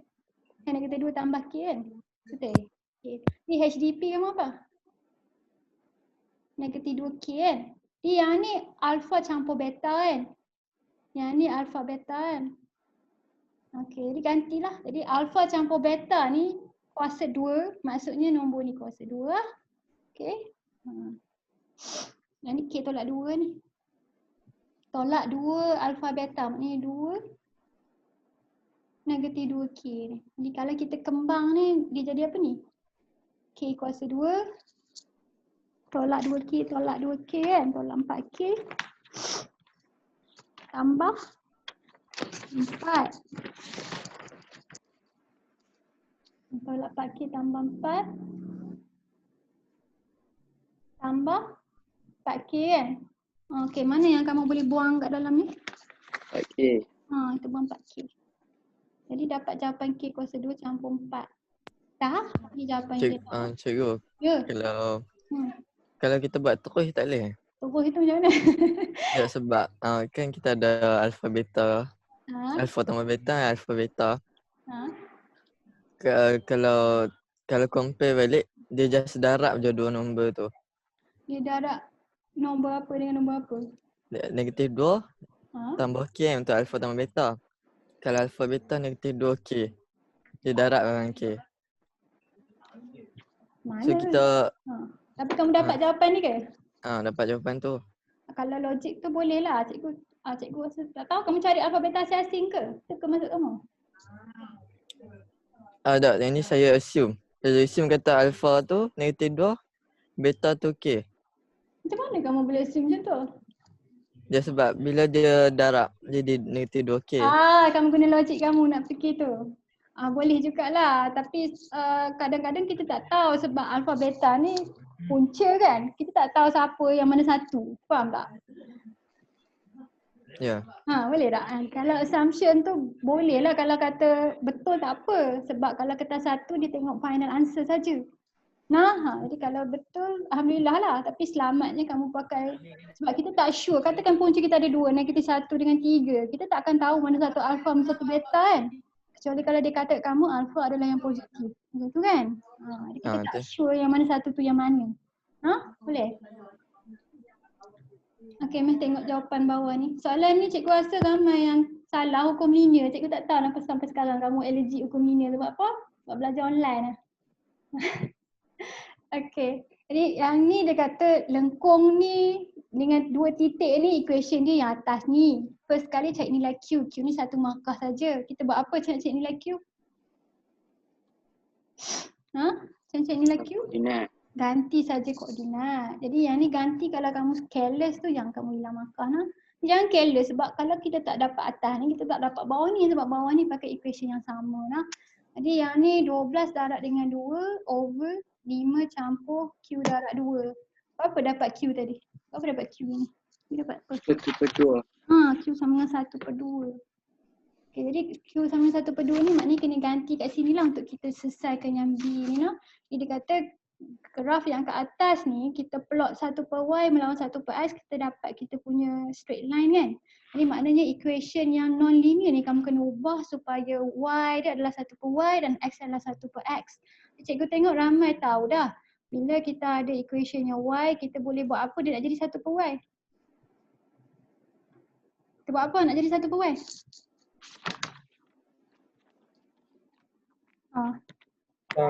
Songsang kan, betul?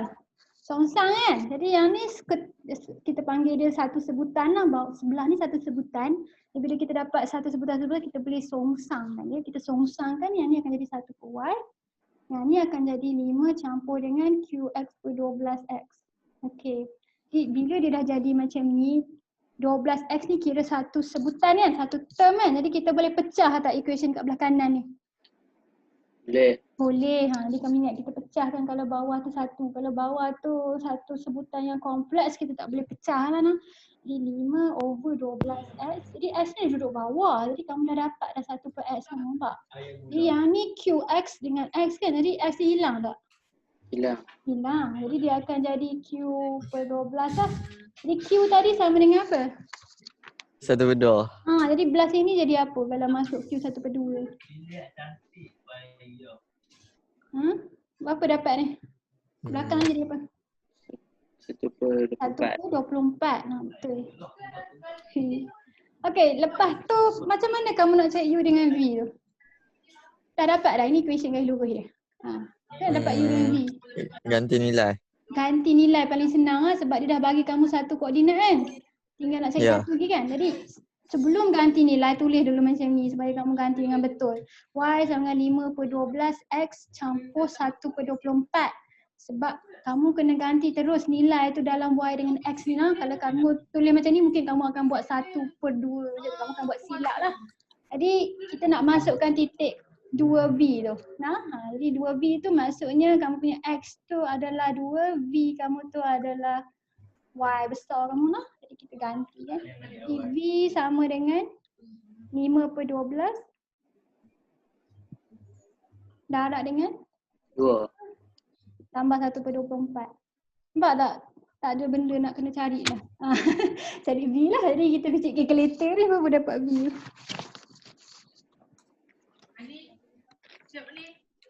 Okey, Sat. Kira Sat, berapa dapat tu? 78. 78. Okay, kamu buat benda yang sama untuk kamu punya titik satu lagi ni, nampak? U dengan 9 ni. Jadi sekarang ni kamu punya y 9 kan? Jadi 9 sama dengan 5/12 u lah. U campur 1/24. Jadi berapa dapat u?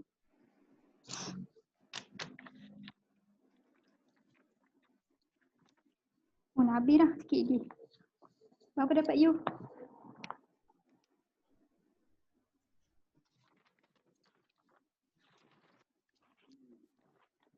21.5. Dalam pecahan 43/2. Betul? 43/2. Betul lah. Okey. Tak kisah kot berapa puluhan pun tak apa je kalau puluhan dia pendek lah. Okey, yang ni saya rasa ramai yang skip soalan ni kan. Ini soalan pembezaan juga nah. Okey, jadi apa yang maklumat dia bagi? Minyak dituang ke dalam suatu acuan keluli berkualiti tinggi dihasilkan oleh sebuah kilang. Setiap acuan ditetapkan bagi tinggi H dan jari R. Ini dia tak beritahu bentuk apa kan? Betul. Jadi minyak dituang ke dalam acuan dengan kadar tetap untuk memastikan acuan boleh digunakan dengan sempurna. Isi padu minyak dalam acuan selepas T saat ialah equation yang dibagi ni. Ya, betul. Nah, dengan keadaan X adalah kedalaman minyak. Ni kami ingat X tu adalah kedalaman, you know. Jadi isi padu minyak mencapai 200 pi cm padu selepas 10 saat. Cari kadar perubahan kedalaman. Jadi first kali kita cam dulu simbol untuk yang kita nak cari tu. Apa dia ni yang dia suruh cari ni? Kadar perubahan kedalaman minyak. Maksudnya apa? dx over dt. Betul lah. Jadi dia nak kadar jadi per dt. Jadi yang dia nak cari tu dx over dt. Okey, jadi kita nak buat chain rule lah sebab kamu tahu lah ni soalan chain rule kan. Jadi satu lagi kamu tengok equation yang dibagi ni, kalau kita beza ni kita dapat apa? V over dv over dx kan. Maknanya kita dah ada dv dx.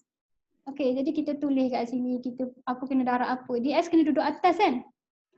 Bubuh dia kat atas, terbalik kat siap-siap. Macam tu. Darab dengan apa nak jadi dx dt ni?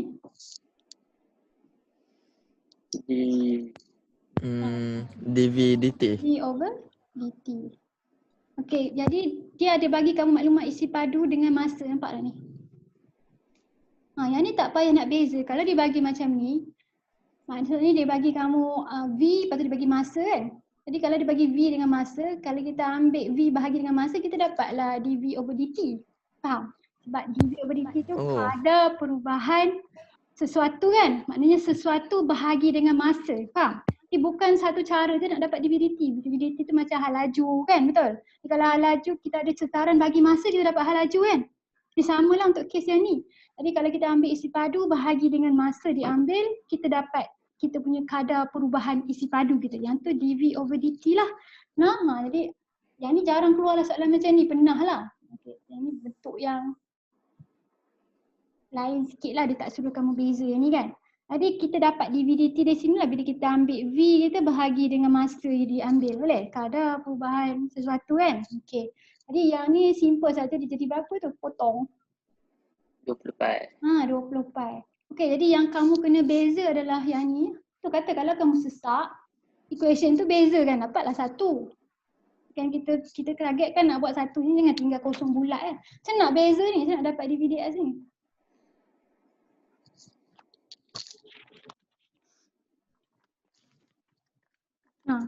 Jadi kalau kembang ada tu, kembang ada. Jadi kalau kata di kompleks kamu nampak dia macam sakit mata, kamu kembang ada asing-asing, kita beza asing-asing. Jadi belakang ni jadi apa? Pi x per 4 tambah 2, darab 2. Jadi apa? Pi x per 2 kan? Betul. Pi x per 2. Pi x per 2. Okey, jadi kita beza satu-satu. Yang pertama depan ni beza jadi apa? Yang ni dv dx lah. X tu kan kuasa 2 kan? Yang ni ya. Yang ni kuasa 2 betul. Sebab dia ada S, ini ada S. Okey, jadi yang depan tu beza jadi apa? 6 kan? 2 darab dengan? 34. 3 kan? Jadi 6 per 4, 6 per 4 tu 3 per? 3 per 2. 6 per 4, 3 per 2 kan? Ya. 3 per 2 pi, X kuasa berapa? Kuasa 1 lah sebab 2 tolak 1. Yang ni beza tadi apa? Pi per 2.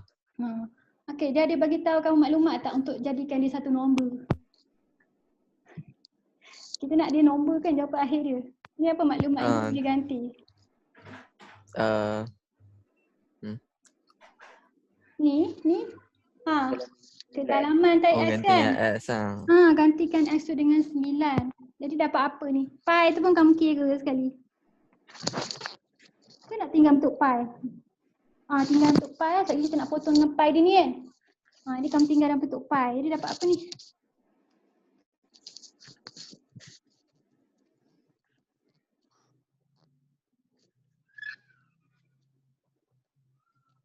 14. 14 pi. Betul?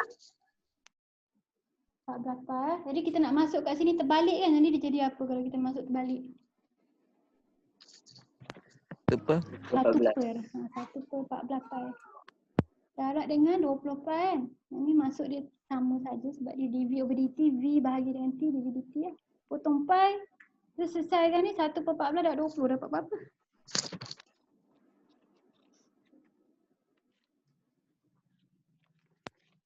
Dua per 14. 20. 20 per 14. Boleh permudah. 10 per 7. 10 per 7. 10 per 7. Tak susah kan? Tak susah. Okay. Kamu tahu soalan ni chain rule tapi kamu nak mengelak buat. Untung lah buat dapat markah sini. Okay, sikit lagi. Nah ni soalan ni A ramai yang betul ya sebab senang je A tu kan. Dia tanya kamu bilangan amur leopard dilepaskan dalam hutan tu pada tahun 2010.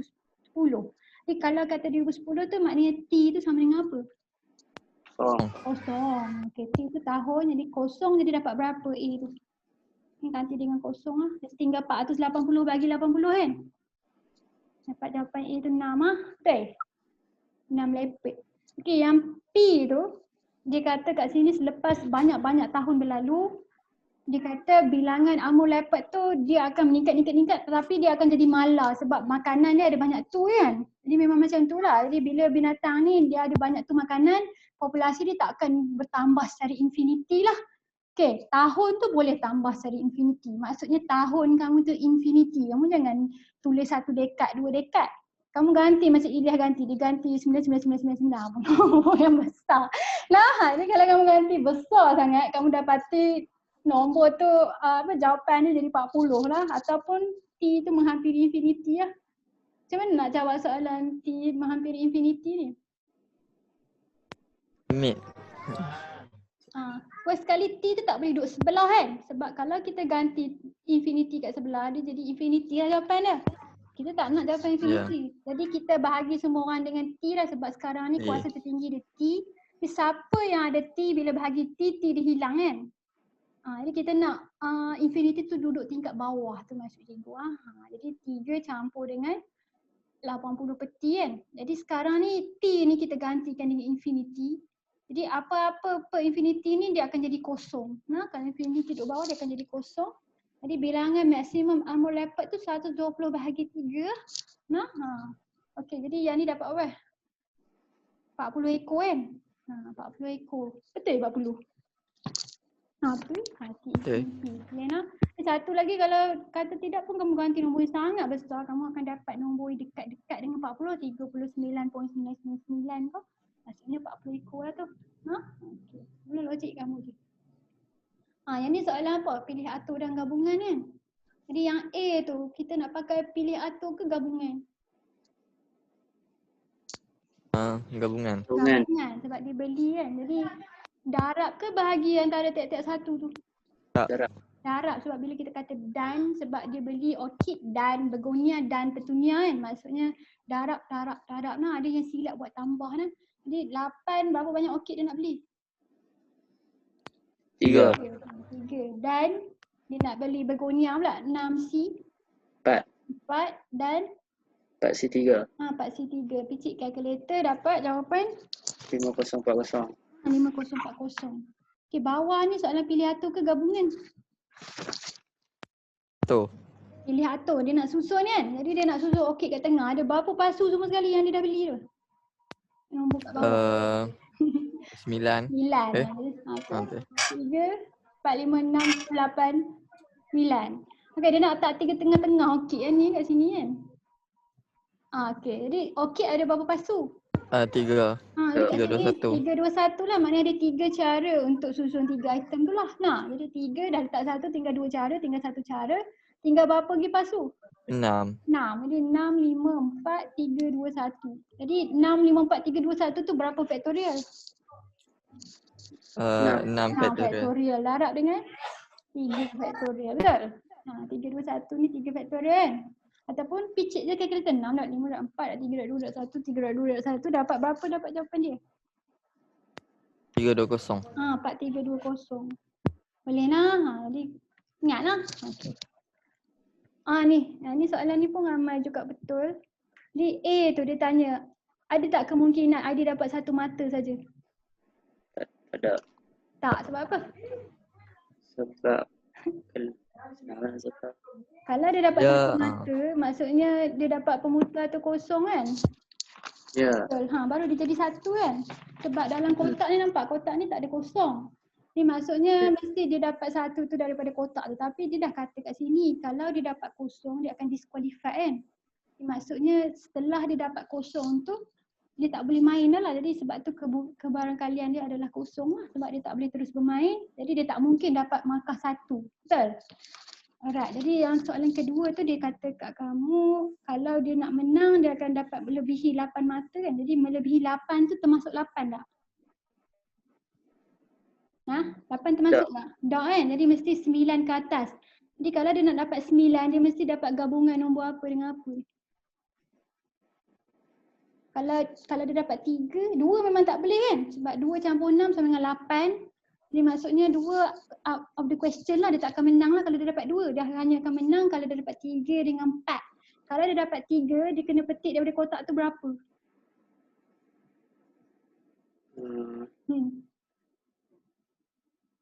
Nombor 6. Dia kena ambil bola 6 kan? 5 boleh ke? 5 boleh. 5 6 tak saja. boleh. 6 saja. Jadi maksudnya kalau dia menang, dia putar dapat nombor 3, faham? Dan dia petik bola yang nombor 6 tu. Okey, kalau kata dia putar dapat nombor 4, dia kena dapat nombor apa yang daripada kotak tu? 5 atau? Nah, Ada 2 kan yang ni kan? Jadi kalau dia dapat 4 dan 5, dia menang tak? Menang kan? Sebab 9 kan? Ataupun dia dapat 4 dengan 6 kan? Jadi yang ni ada 2 choice. Sama ada dia dapat 4 dan 5 atau 4 dan 6. Betul? Ke kamu, sebab cikgu tak baca soalan kan? Kamu terpinga-pinga ni. Okay. 4 dan 5, 4 dan 6. Okay, sekarang ni kita nak tulis dia punya probability nak dapat nombor tu.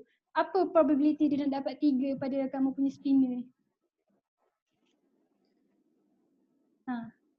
80 per 360. Betul, 80 per 360. Jadi kalau kata kotak ni ada 6 nombor, tiap-tiap benda ni dia punya kebarangkalian dapat dia sama kan. Jadi tiap-tiap satu nombor ni apa kebarangkalian dia?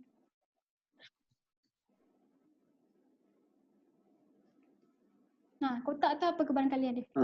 1 per 6. 1 per 6. 1 per 6 lah, yang ni sama. Untuk mana-mana pun nombor dalam ni dia punya kebarangkalian dia 1 per 6. Sebab dia boleh ambil bola tu sekali saja kan. Okey, jadi 1 per 6. Jadi kalau kata 3 dengan 6 ni maksudnya 80 per 360 dan maknanya darab dengan 1 per 6 atau maksudnya dia tambah dengan kemungkinan kedua ni. Kalau dia nak dapat 4 tu apa kebarangkalian dia pada pemutar tu? 45 per 360. 45 per 360. Yang belakang tu sama kan 1 per 6 kan. Jadi atau 45 over 360 darab 1 per 6 atau tambah lagi dengan 45 per 360 lagi darab dengan 1 per 6. Faham tak? Jadi dua ni sama. Sebab yang belakang ni sama kebarangkalian nak dapat dia. Okey, jadi kalau kita kira ni kita dapat jawapan apa?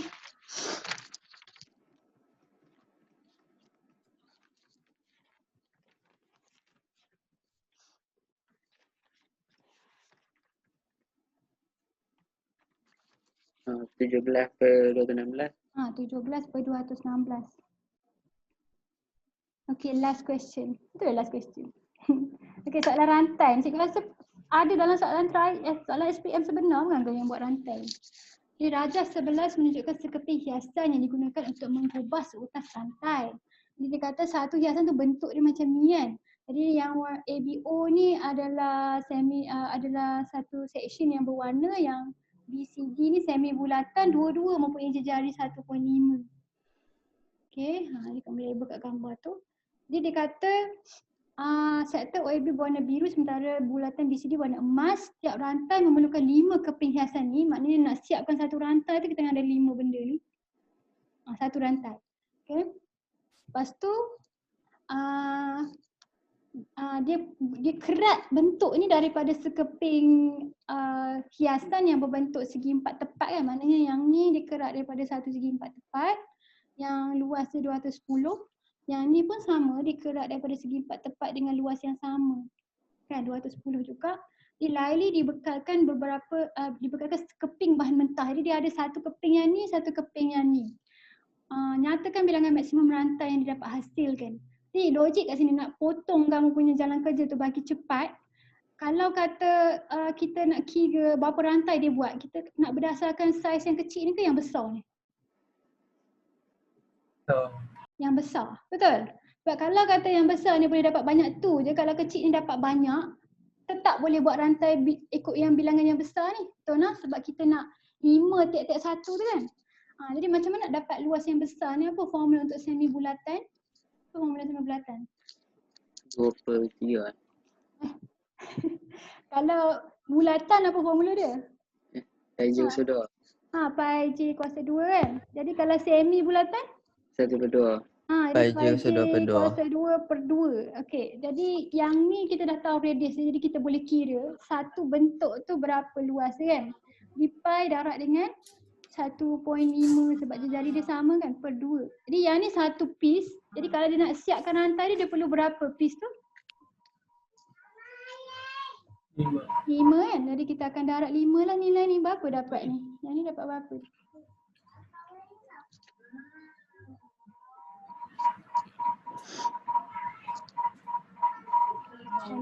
Dapat 5/8 pi. Pi tu kamu nak darab masuk ke? Tak payah darab masuk pun tak apa, tapi selagi bila kita bagi 210 tu dah tak ada pi dah noh. Berapa kamu dapat dalam pi?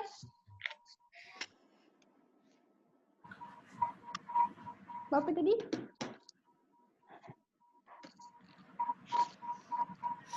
Dapat 5/8 pi. Dapat 5/8? Berapa 5/8? Ya. Pi kat atas? Kat Yes. atas kan? Okey, jadi sekarang ni last kali kita nak tentukan berapa rantai. Kita nak buat apa dengan nombor ni?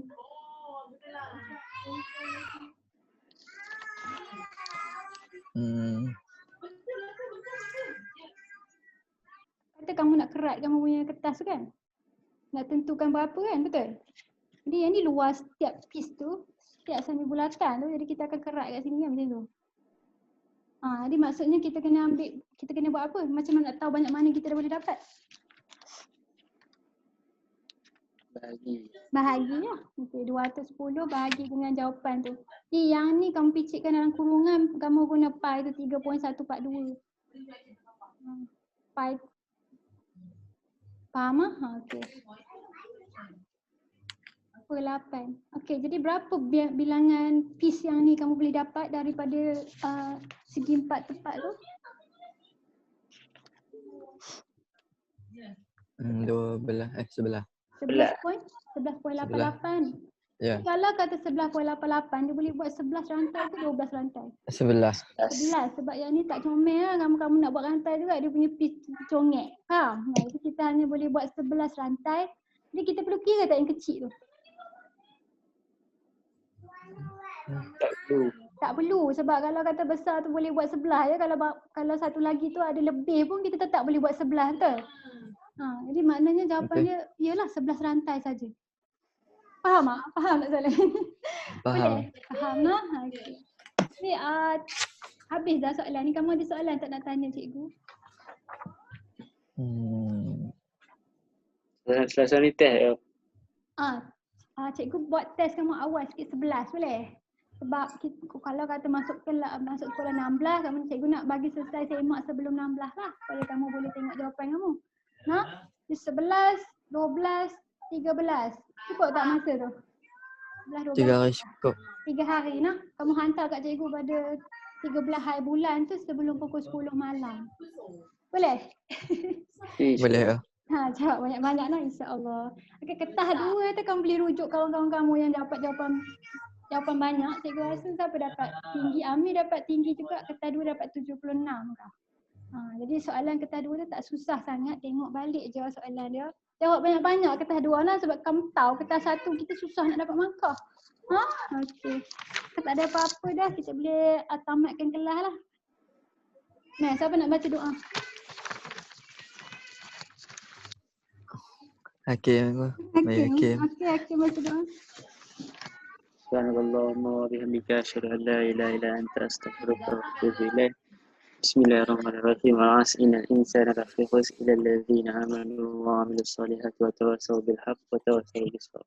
Amin ya rabbal alamin. Okay, terima kasih. Assalamualaikum. Harap-harap boleh jumpa kat sekolah Dina. Ya.